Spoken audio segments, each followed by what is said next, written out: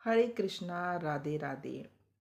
हिंदू धर्म में बुधवार का दिन भगवान गणेश को समर्पित किया गया है। ऐसी मान्यता है जो व्यक्ति इस दिन सच्चे मन से विघ्नहर्ता गणपति जी की उपासना और उपवास करता है, उसके जीवन के सभी कष्ट दूर हो जाते हैं। इस व्रत के प्रभाव से व्यक्ति के जीवन में सुख शांति आती है। इतना ही नहीं, बुधवार व्रत करने से बुध ग्रह भी मजबूत होते हैं। पौराणिक मान्यता के अनुसार बुधवार व्रत की शुरुआत किसी भी महीने के शुक्ल पक्ष के बुधवार से कर सकते हैं। हालांकि इस व्रत को शुरू करने के लिए सबसे शुभ समय विशाख नक्षत्र युक्त बुधवार माना गया है। इस व्रत का पालन 7 या 21 बुधवार तक विधिवत करना चाहिए। आखिरी व्रत वाले दिन नियमानुसार उद्यापन करना चाहिए। ध्यान रहे, पितृपक्ष में इस व्रत की शुरुआत ना करें। तो चलो कथा प्रारंभ करते हैं।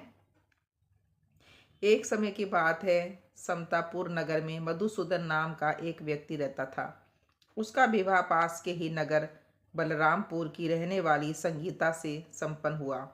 वह दिखने में सुंदर और सुशील थी। एक दिन मधुसूदन अपनी पत्नी को लाने के लिए ससुराल पहुंचा। वह उसी दिन अपनी पत्नी को विदा करने की जिद पर अड़ गया। लेकिन उस दिन बुधवार था। पत्नी के घर वाले समझाने लगे कि बुधवार के दिन यात्रा करना अशुभ होता है, पर वह नहीं माना। संगीता के घर वालों को उसे बुधवार के दिन ही विदा करना पड़ा। इस तरह से वे दोनों बैलगाड़ी में बैठकर जाने लगे। कुछ दूरी तय करने के बाद रास्ते में बैलगाड़ी का एक पहिया टूट गया। फिर दोनों गाड़ी से उतरकर पैदल यात्रा करने लगे। इसी बीच संगीता को प्यास लगी। तभी मधुसूदन पानी लेने गया। जब वह पानी लेकर लौटा तो हैरान रह गया। उसने देखा कि उसकी पत्नी के साथ उसका कोई हमशक्ल बैठा है। पास जाकर उसने हमशक्ल से पूछा कि कौन हो। इस पर उस आदमी ने कहा कि उसका नाम मधुसूदन है और वह संगीता का पति है। इस पर मधुसूदन भड़क गया और बोला कि ये झूठ है, असली मधुसूदन तो मैं हूँ। मैं संगीता के लिए पानी लेने गया था। हंसकर हमशक्ल ने कहा कि वह तो पानी लाकर संगीता को पिला चुका हूँ।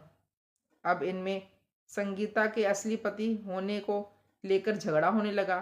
तभी उस नगर के राजा का एक सिपाही वहां पहुंचा। उन्होंने संगीता से पूछा कि उसके असली पति के बारे में। तब वह खुद दुविधा में थी। इस पर संगीता ने कोई जवाब नहीं दिया।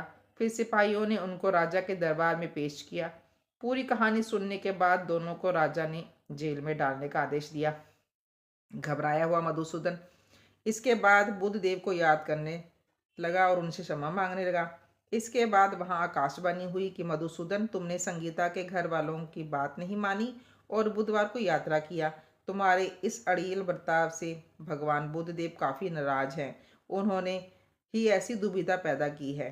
तब मधुसूदन ने नर्म आवाज में कहा कि हे महाराज, इससे बड़ी गलती हो गई।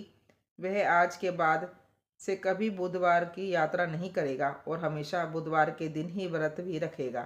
क्षमा मांगने पर बुद्ध देव का क्रोध शांत हो गया। भगवान ने फिर मधुसूदन को क्षमा कर दिया। राजा के दरबार में मौजूद उसका हमशक्ल भी गायब हो गया। बुद्ध देव की कृपा से राजा ने फिर मधुसूदन और संगीता को विदा कर दिया।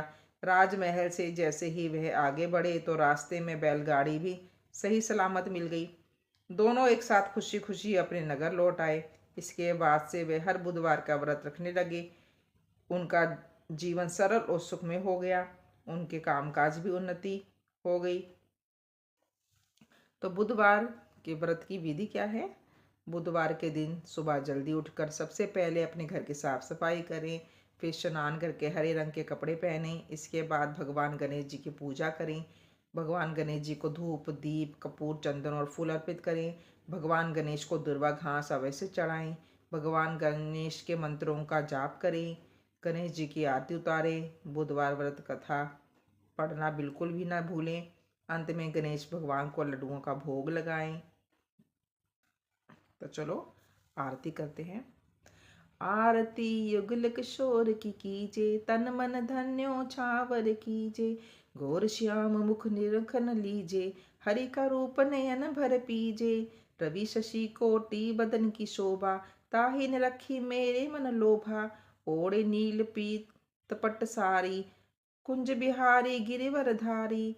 फूलन सेज फूल की माला, रत्न सिंहासन बैठे नंदलाला। कंचन थार कपूर की बाती, हरि आए निर्मल भाई छाती। श्री पुरुषोत्तम गिरवरधारी, आरती करे सकल नर नारी। नंदन ब्रज भान किशोरी, परमानंद स्वामी अविचल जोरी। तो मित्रों, ये थी आरती। हम यहीं पे वीडियो समाप्त करते हैं। आपको वीडियो कैसा लगा बताइएगा ज़रूर। राधे राधे, हरे कृष्णा।